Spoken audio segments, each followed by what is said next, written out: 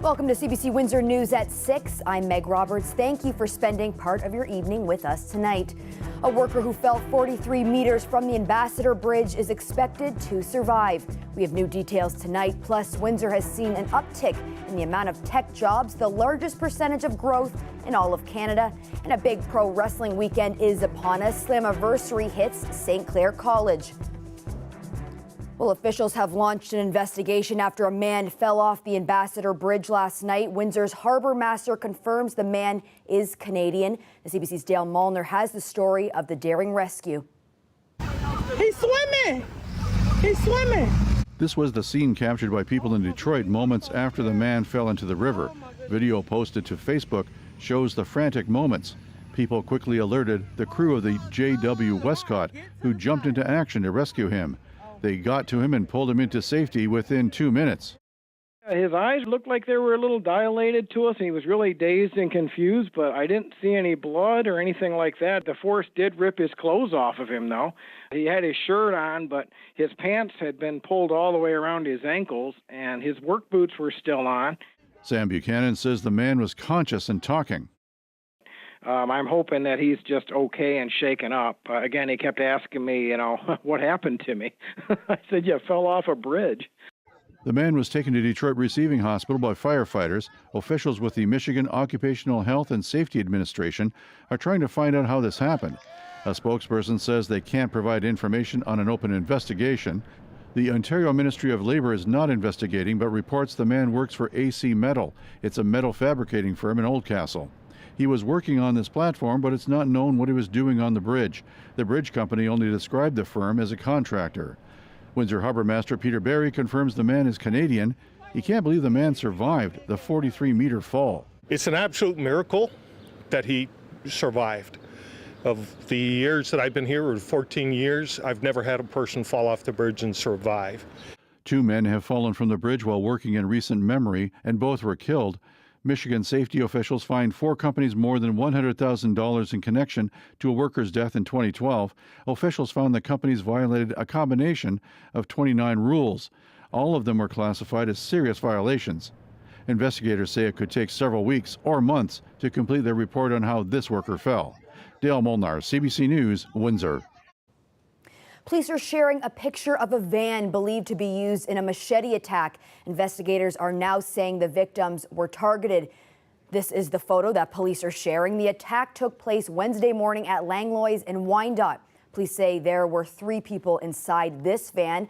One of them was wearing a mask and jumped out of the van and slashed 3 people sitting on a bench. That person then got back inside the van and sped off, according to police. No arrests have been made. Police have also released descriptions of 3 suspects. The alleged attacker is tall, thin, and wearing an olive green denim hat. The driver is a white man in his 60s with gray hair, and police believe the other person in the van is a woman with light blonde shoulder-length hair. They're asking anyone with information to contact police or Crime Stoppers.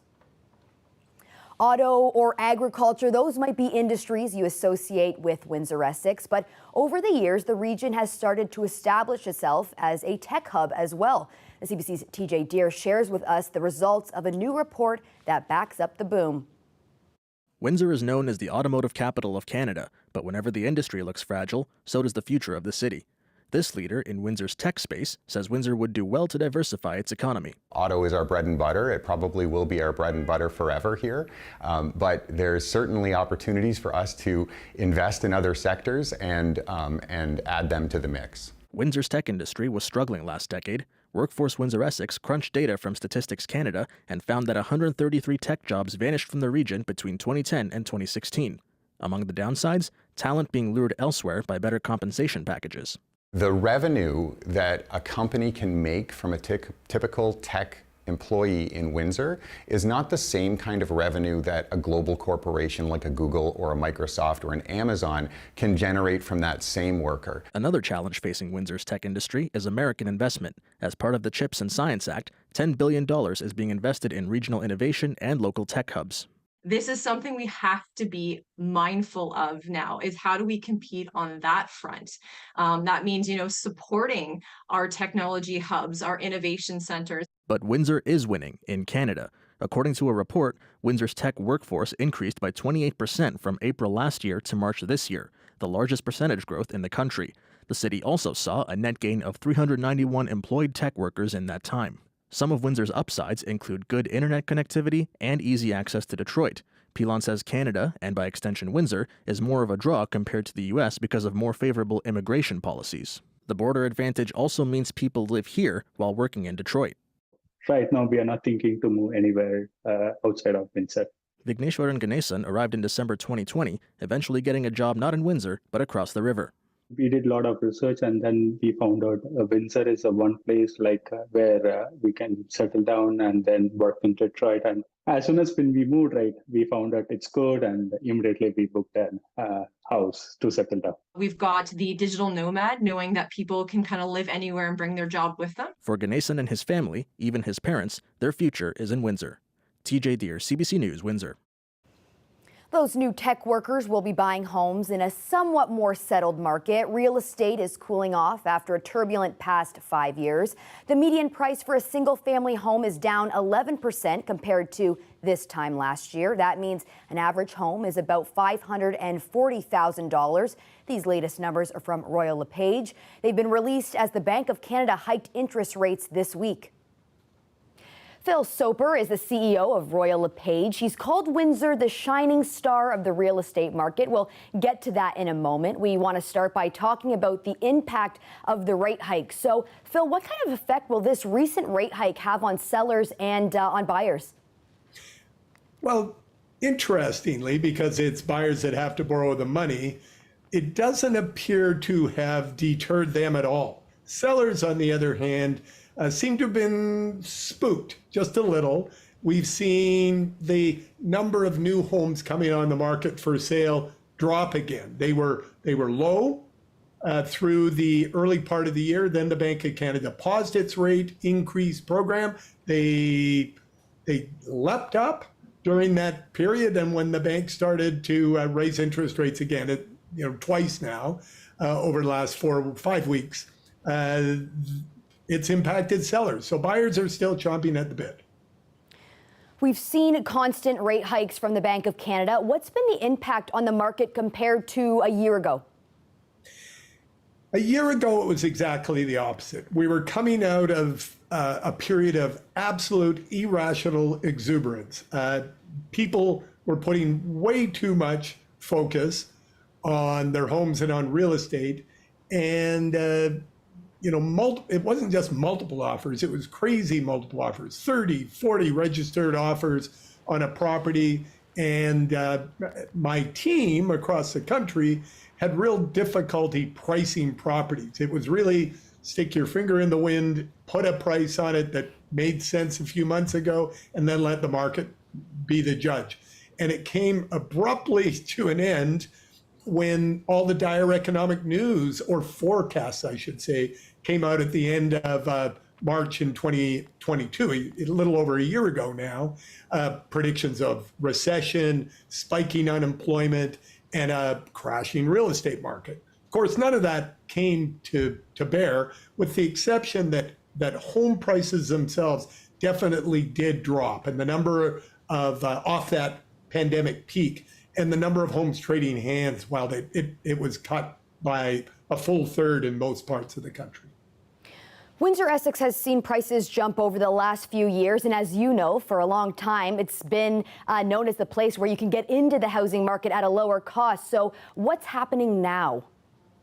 It's on the same recovery path over the post-pandemic correction. We call it a correction in real estate. When prices overshoot, they need to correct. And that's what happened for 12 months until late March of this year, when prices started rising again.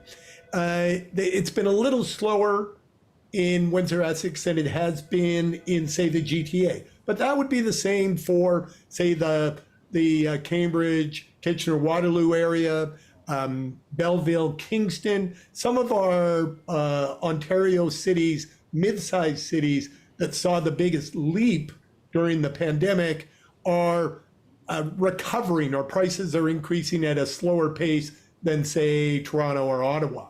but they are increasing. If I look at, for example, a detached home in Windsor, Essex, a quarter ago, 523,000, and our second quarter data shows 609,000. So definitely back on the rise again, although nothing like those crazy price leaps we saw at the end of 2020 through 21 and the first part of 22.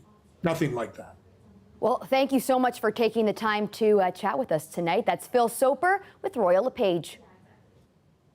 Some pile driving in the city of Windsor will be live on pay-per-view this weekend. Slammiversary, a professional wrestling event, will broadcast from the St. Clair Sportsplex. The show got a boost from some City Hall representatives this afternoon. Oh my God! And on behalf of Mayor Drew Dilkins, Mayor of the City of Windsor, I do hereby proclaim July 15th and July 16th, 2023 Impact Wrestling Slammiversary Weekend in your city, the City of Windsor.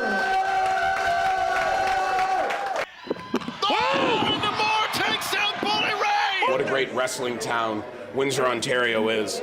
And this is proof of it. To have one of the top ranking officials at St. Clair College and John Fairley down here, to have 3 of our esteemed city councillors here for this event, and to have a room full of people here at Craft Heads, fans that took time out of their day to come down here on a Thursday afternoon, and for the mayor and the city to proclaim it Impact Wrestling Slammiversary Weekend. Well, I think this definitely cements the fact that Windsor is a wrestling capital of the world. At long last, it's Shelley's time! It's awesome. I mean, the crowds in Windsor are amazing, so it's always good to come back. And plus, it's kind of like a homecoming for us. We trained at the KMM Wrestling School here in Windsor. I've been coming over to Windsor for a long time, ever since I was a little kid. Used to come over and see the parks. My grandparents would take me over here, so yeah, I have a lot of history here and very excited to return. Oh, I want to guarantee you. Oh, yeah. Just to be back with the Saints Nation. Oh, yeah. See you all this weekend.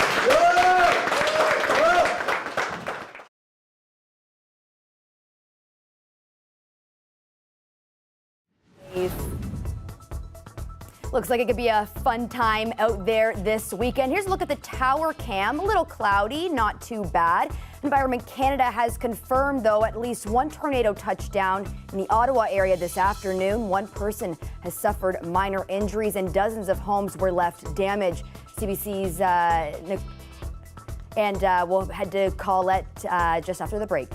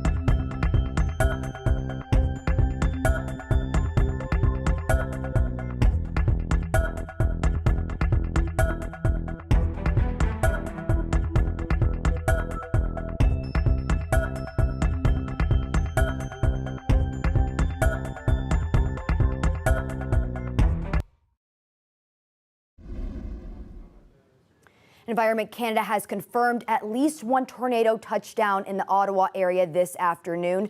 One person has suffered minor injuries and dozens of homes were left damaged. CBC's Nicole Williams has the latest. You can see the roof, like this one is come off. Anne Ingo says she was working from her home office this afternoon when this happened. A moment of horror as a tornado touched down and ripped its way through this southwest Ottawa neighborhood. Environment Canada issued a warning just moments before it hit. It's so terrible. I stay beside of the windows, and the sound is so terrible. It's broken the windows, and wow, the sound is so terrible. I had to run to the second floor. You see the damage like that? I had to run down. Through the streets, neighbors emerge from their homes in a state of shock. Everything is just like destroyed. It's completely destroyed. Like, I just want to hug my boys and see them like they are safe around me, and that's all, but it's so scary. The tornado was short-lived. People here saying it lasted just 30 seconds, still long enough to leave its mark. I felt like my whole house is shaking. First, I told my husband, I was like, I think we're gonna die or something. This woman and her family moved in just a few years ago into their brand new home, now one of the worst damaged. You can see our garage door is broken too. Glass is all over on the floor. It came from all the way over there, and our bikes are gone. We had like a basketball net here. It's gone too. Like our garbage bins, everything is gone. Like, it's just shocking. Everywhere you turn, another devastating picture of the neighborhood and nearly 2,000 people left without power. I want to thank the emergency workers who have sprung to action today to help families affected by the tornado, and want to express my sympathy to those families, to the residents who were affected by this. Police and firefighters have spent much of this afternoon going door to door to make sure that everyone is okay. Officials say it is going to take time to assess all the damage before repairs can even begin. Nicole Williams, CBC News, Ottawa. Our meteorologist Colette Kennedy here now with an update on the weather. Colette, I'm feeling pretty fortunate. No touchdowns here in Windsor, Essex County, but boy, how scary. I got the warning last night. I was out for dinner, got the warning on my phone, and right away I left because it's so eerie, right? Yeah, and I'm so glad to hear that, Meg, because that's what really we need to do. When it is a warning, that means you need to take cover. It is occurring, and so that's why it's really, really important to be aware or have your phone or whatever it is when we know we have an active weather pattern. And it was interesting to me to see that woman kind of showing all the damage and whatever, and it kind of seems maybe nonplussed by it. But I know this can be personality driven, so people can be more relaxed about these things, but also a little bit of shock, of course. There's the sense, and I have seen this in my career, of just such relief when you have damage like that, but no one's hurt. Definitely. All those things can be replaced, right? And it's like, oh, this happened, but we're all okay. So that's what we want. We want everyone to be all okay. I'm showing you here, this is not current. I've put this on a timeline going back to before midnight last night. It's all the same system. Yesterday, I stood here, was showing you tornado watches back towards Chicago and how it was coming our way. It moved through. We know we had the active weather last night. Then the heavy rainfall warnings happened into parts of Toronto and northward. And then today, with the daytime heating, as the sun came in and provided extra energy to this, that slot really right there provided the energy for these two squall lines really to start to form. And this is a 1245 imagery around Barrhaven with that signature there on radar for the active weather. So we'll broaden things again. We do have some more activity to the west of us. This one should peter out generally. It's not nearly as well organized, so I want everyone to relax. We'll have some decent conditions through the overnight hours. And then as some of this kind of winds up later tomorrow afternoon, there will be a slight chance of getting into some isolated showers, okay? And then we'll kind of let that go through. Not a lot to it. And then Saturday, I do see that we're going to be having some extra cloud cover and also off and on some showers and thunderstorms. So be aware, I don't necessarily anticipate these ones to be severe, but I want you to know Saturday's looking like it's going to be kind of just having to dodge and watch out for things that are going on. We've been having trouble with Windsor reporting. I can tell you I checked Harrow, 22 degrees right now, and I'm sorry to the control room, I'm not hearing my time I don't know how much time I have left. So 28 degrees Friday. I have 22 seconds. That's very precise. Thank you. Saturday, the more active weather, although kind of off and on through the day that we'll be seeing. Keeping in mind the next few days, humidity going up a little bit too.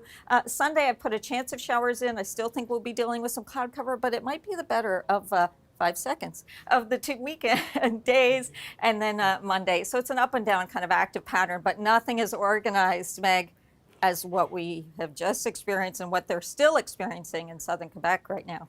Colette, we wish we could give you time for the entire show. I feel like I hit my number right on. You did. The timing was perfect. Thanks so much, Colette. Yeah. Sounds good. Magic mushroom shops are popping up all over the country, not just here in Windsor. We get a look at the various approaches police are taking. That's coming up after the break.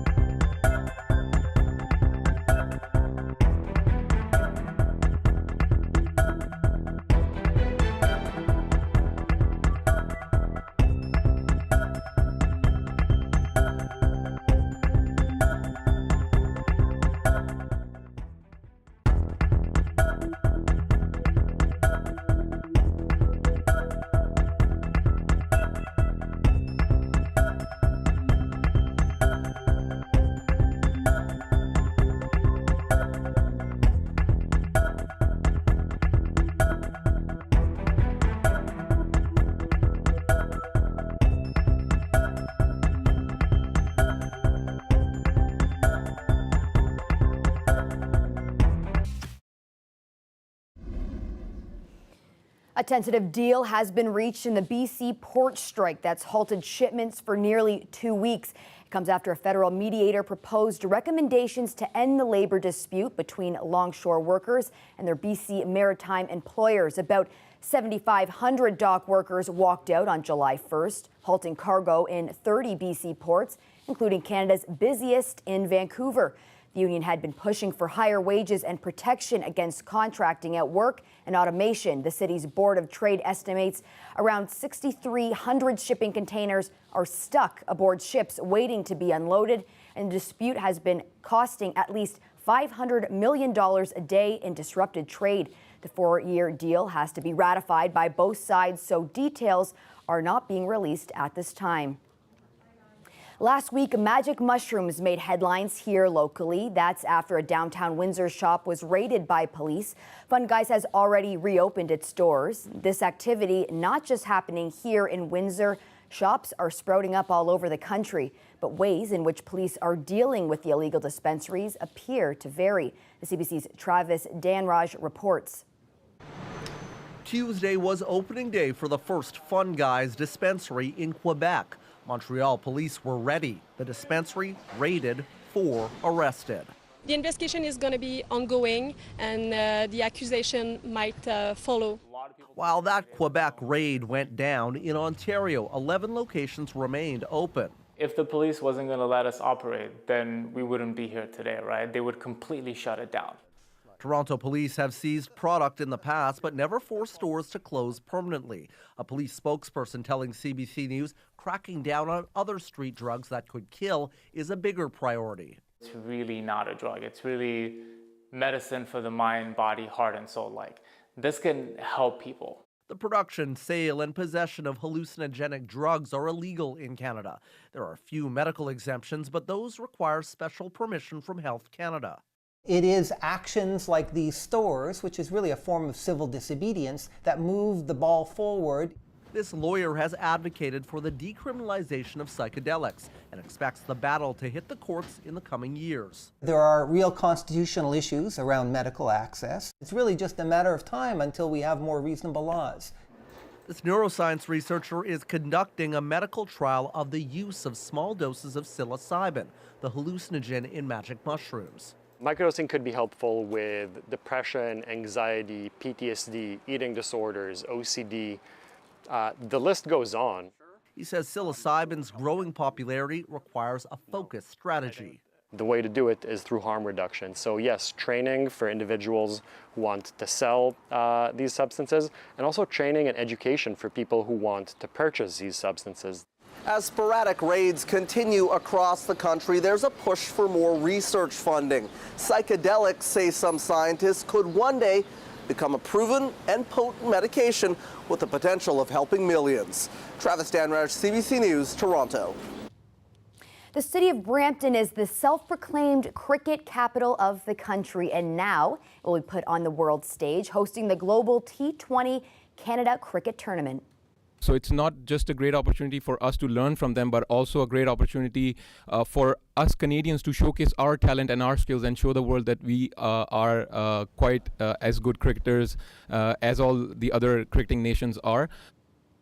That's the captain of Canada's men's national team who grew up in Brampton. He was joined by Brampton's Mayor Patrick Brown and the tournament's CEO. They also showed off some of Brampton's new jerseys. The event takes place from July 20th to August 16th. A television audience of 150 million internationally is expected. Now, St. Clair College is making a big push to be a cricket leader. Windsor's morning Nav Nanwa will have the head coach of their cricket team on the show live tomorrow morning. There's also an exhibition match planned between St. Clair and Conestoga College. That's at Jackson Park, also tomorrow, starting at 10:30. Well, that's it for CBC Windsor News. Don't forget, for news anytime, go to our website at cbc.ca/Windsor. We're also on social media too. Check us out on Facebook and Instagram. As usual, the National is tonight at 10 on CBC TV and streaming. Thanks for tuning in. Looking forward to seeing you tomorrow night.